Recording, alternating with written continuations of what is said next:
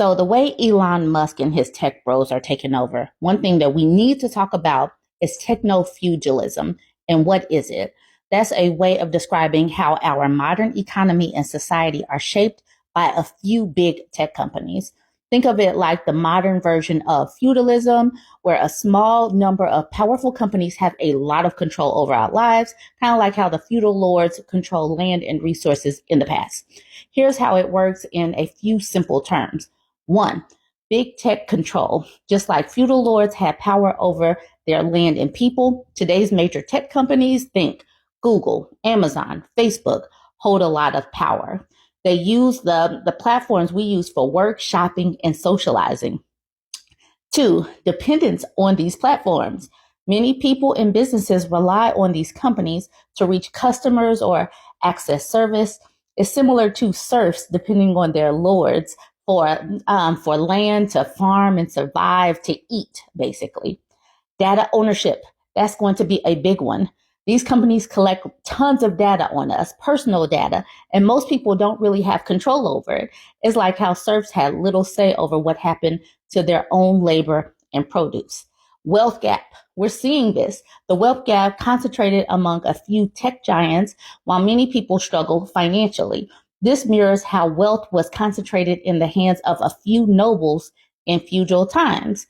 Jobs insecurity. We're seeing this right now. Many gig workers or freelancers have unstable jobs without benefits, much like serfs who had no security or rights.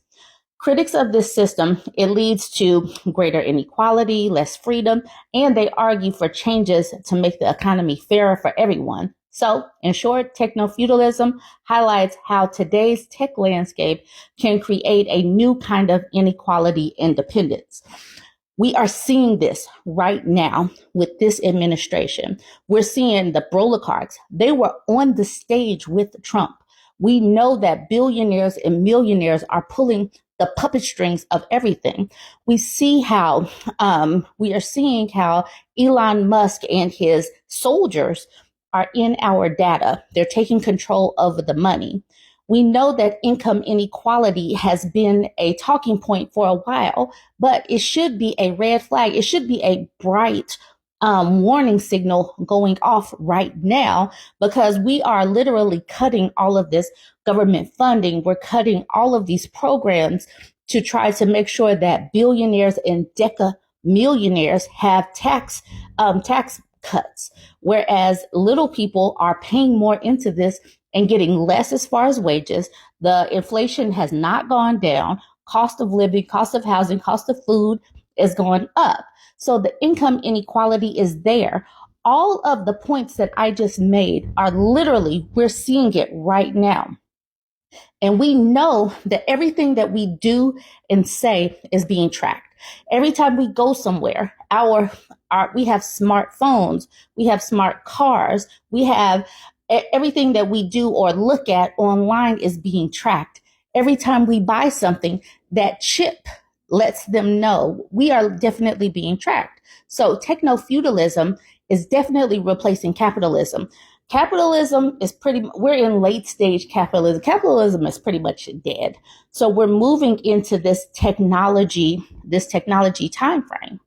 So we do need to talk more, and I am going to get more into techno-feudalism, how it's impacting us, and what we are about to see as far as Elon Musk and his soldiers, his foot soldiers taking over. But first, you just needed to see what it was at first. You needed to see, we needed to talk about the basics first.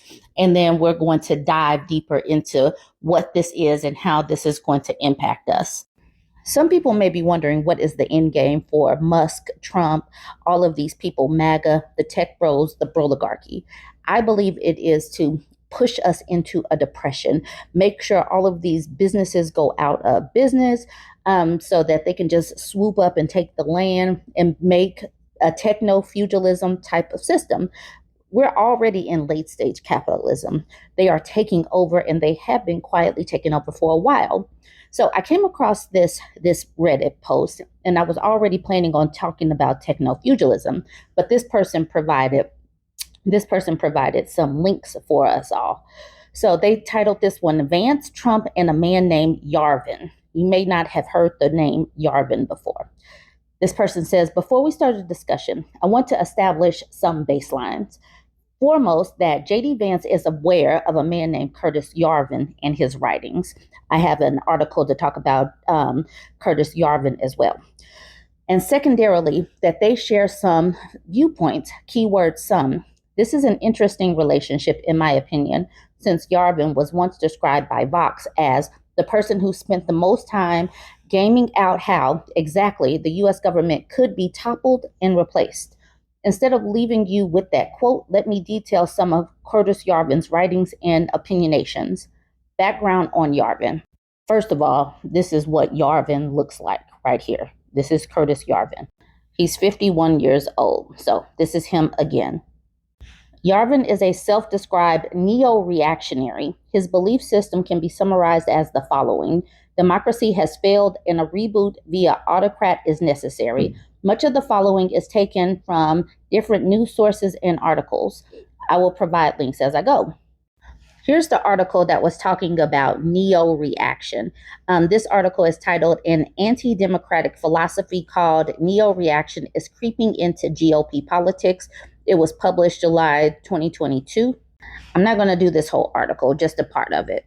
It says, Trump's efforts to overturn the 2020 election were brazenly anti-democratic, yet Trump and his supporters nonetheless justified their actions under the dubious pretense of preserving American democracy as a matter of getting the vote right, of reversing voter fraud. There's a good reason they took this approach. Authoritarianism has long been rejected across the political spectrum. Democrats and Republicans routinely lob insults like dictator or fascist to describe politicians of the other party who are in power. But in recent months, a strand of conservative thought whose adherents are the forthright in their disdain for democracy has started to creep into the GOP politics. Is called Neoreaction.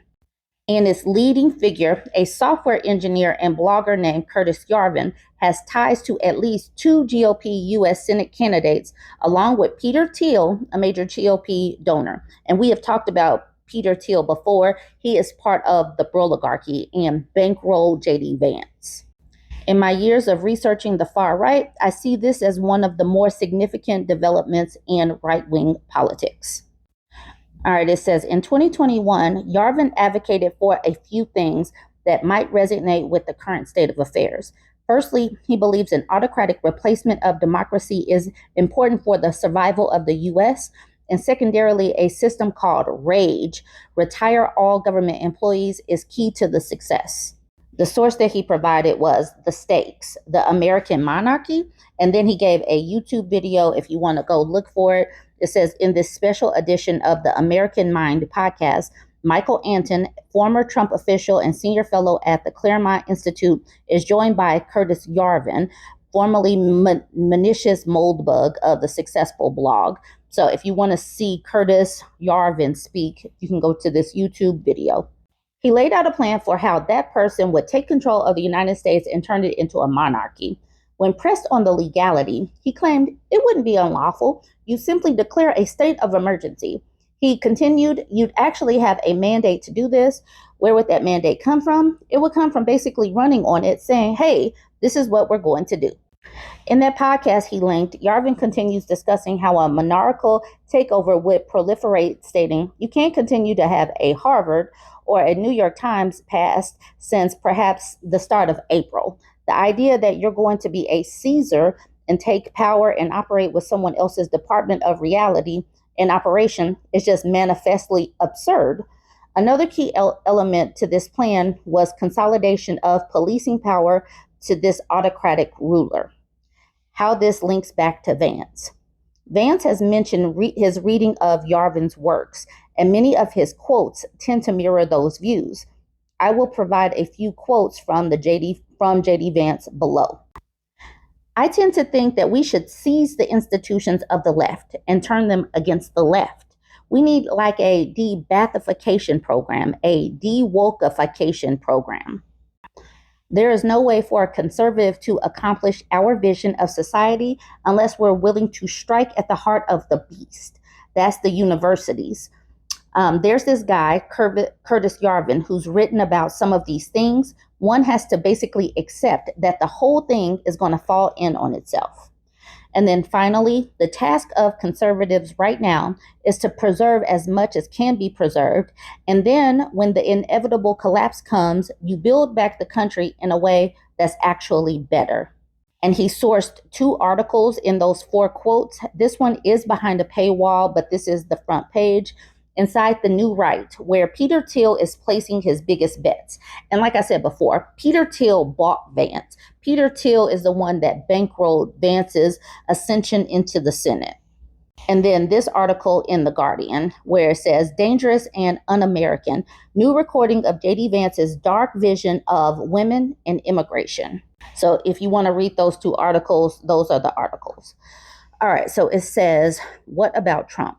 Trump has made comments about being a dictator, jokingly stating it would only be for day 1. He has also mentioned that a violent day of unrestrained policing would end crime immediately. Here are a few salient points. Former President Donald Trump on Sunday called for one real rough, nasty, and violent day of police retaliation in order to eradicate crime immediately. 1 rough hour, and I mean real rough. The word will get out and it will end immediately. You know, it will end immediately. Doge is very easy to construe as an incarnation of rage, which was retire all government employees. There was an infamous fork in the road email. This is the source that he was using that was talking about the Trump quotes. Trump says a violent day of policing will end crime. And this is where you would look. Former President Donald Trump on Sunday called for one real nasty, rough, violent day of police retaliation in order to eradicate crime immediately. Kind of seems like the purge and how they were using violence for half a day and they could get away with just about anything. That's what it seemed like to me. And then we've already seen the fork in the road thing, because that is fairly recent, where all of these federal employees got sent this supposed package where they resign and they'll get a severance package. So it says OPM presents federal workers with deferred resignation offer. The White House is giving federal employees until February 6th to accept offer. President Trump's latest move to drastically cut the government's workforce, or rage, retire all government employees. Now, this has already been playing out in the courts. The courts put a halt to that because it wasn't legal. And they were saying that this is not even, it was kind of fake or whatever. So that's still playing out. Okay, so these are the discussion points that this person in the Reddit made. The discussion I want to have is based around 2 seed topics. Is the Trump administration advancing on Yarvin's monarchical takeover theories? Why would a takeover like this succeed or fail? What are the reasons for the success or failure? The thing is, we're already seeing them plunge us into this. We're already watching it play out. This techno-feudalism, the way they are stripping funding, the way they are firing people left and right, I believe is already headed down that way. So this was a start. I do have another article to talk more about the Yarvin dude, and we're going to get more into his thought processes, and we're going to discuss that because we're going to match that up with what is going on right now that we can see. They've been talking about this stuff for a while, but some of us were not paying attention. I was not paying attention. I don't know if you were paying attention, but I certainly was not. But we need to talk about it right now.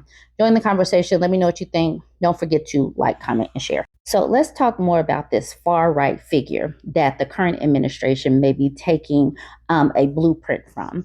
It says he's anti-democracy and pro-Trump, the obscure dark enlightenment blogger influencing the next U.S. administration. And like it says, this article is more than a month old. Curtis Yarvin is hardly a household name in U.S. politics, but the neo-reactionary thinker and far-right blogger is emerging as a serious intellectual influence on the key figures in Donald Trump's coming administration, in particular over potential threats to U.S. democracy. Yarvin, who considers liberal democracy as a decadent enemy to be dismantled, is intellectually influential on VP J.D. Vance and close to several proposed Trump appointees. The aftermath of Trump's election victory has seen actions and rhetoric from Trump and his lieutenants that closely resemble Yarvin's public proposals for taking autocratic power in America.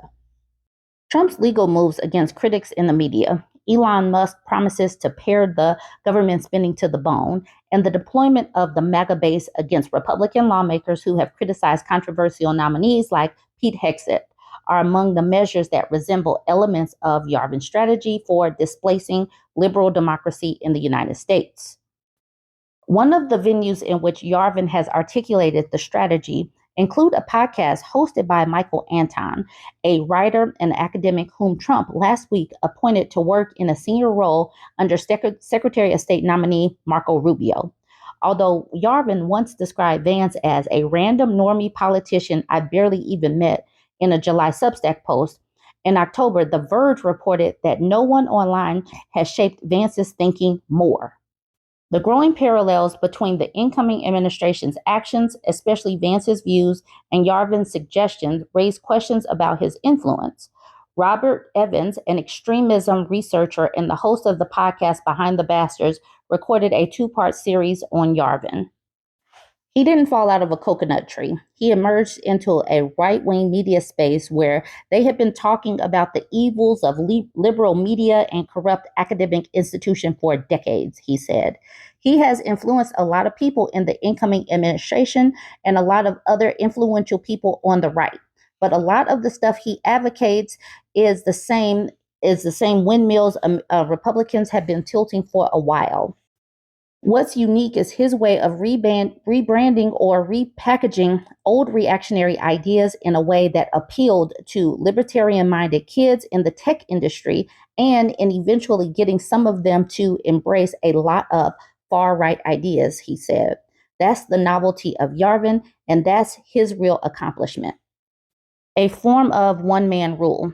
Anton and Yarvin's May 2021 conversation was recorded for the podcast of the American Mind, a publication of the powerful right-wing Claremont Institute, where Anton is a senior fellow and whose growing influence during the Trump era has seen it described as the nerve center of the American right.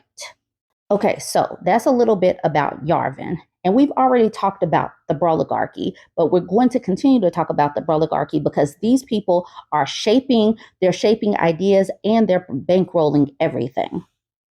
After a year of pseudo-populist blustering about empowering regular Americans and taking on the globalist elites, Donald Trump's inauguration Monday afternoon, which happened to fall on MLK Day, featured a stage full of beaming tech billionaires whose interests fly in the face of the working class coalition that delivered Trump a narrow victory in the 2024 election. Mark Zuckerberg, Elon Musk, Amazon founder Jeff Bezos, and Google CEO Sundar Pichai were among the ultra-wealthy Silicon Valley elites who flanked Trump on the dais at his swearing in. These men were seated in front of Trump's cabinet nominees during the ceremony after donating a record $250 million to the celebration. Tech baron and Republican megadonor Peter Thiel had also thrown an inauguration party for Trump over the weekend at his own mansion, which Zuckerberg attended. In addition, Mukesh Ambani, the richest man in India, and French billionaire and LVMH chief Bernard Arnault were in attendance on Monday, with the latter placed very prominently in front of cameras. The optics of the multi-day celebration made one thing abundantly clear. The broligarchy is here. Rather than quietly using their wealth to influence politics behind the scenes, rich tech bros now literally have a seat at the table with the President of the United States. Trump even directly acknowledged his billionaire buddies in his inaugural speech when addressing the devastating wildfires in LA, which have killed dozens of people and wiped out historically Black neighborhoods. He lamented that the disaster is affecting some of the wealthiest and most powerful individuals in our country, some of whom are sitting right here, right now. They don't have a home any longer, Trump said. That's interesting. He then announced that his administration is going to drill, baby, drill, failing to acknowledge the connection between global warming, which is being accelerated by the fossil fuels industry, and the raging wildfires that he had just lamented. In another bizarre moment later in the speech, news cameras zoomed in on Musk maniacally dancing and making a thumbs up over Trump's shoulder as the president announced that the American astronauts are going to plant stars and stripes on the planet Mars, which is one of Musk's personal life goals. Hours later, while speaking at a rally for Trump, Musk did what looked like a full Nazi salute. Trump had already spent the months since his reelection packing his new administration with billionaires like Musk and soaking up their displays of fealty.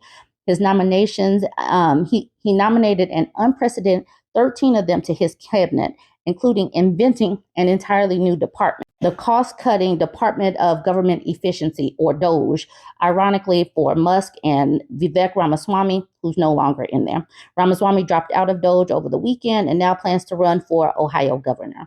Musk spent hundreds of millions of dollars on Trump's reelection and campaigned with him, and has since threatened to fund a primary challenge against any Republican senator who votes against any of Trump's cabinet picks. So that's the thing. And that's all I'm going to do with this. But you need to know and understand that their influence is there. They are the ones that are coalescing all of the power. That is what this techno-feudalism is, because they control so much. Think about the propaganda arms as far as Zuckerberg and Musk are concerned. Think about all the wealth and power that Bezos is accumulating with Amazon and his reach. Think of all the rest of the billionaires that was up there. Now, I know that we're in a trade war now with China, but TikTok, if they are bought in, that's going to also increase that propaganda arm. I know that ever since TikTok has come back online, my reach has definitely fallen off a cliff because they are suppressing our voices. So it's just something for us to continue to look at as they coalesce power, as they continue to send us into a depression, as they continue to make sure that people are poor and have very few options so that they can be controlled, so that the people can be controlled by the broligarchs. Like in feudal times, the lords basically controlled the serfs or the peasants or whatever. So join the conversation. Let me know what you think of all this. I know that this is a lot, but it's important that we know what is going on. Like, comment, and share.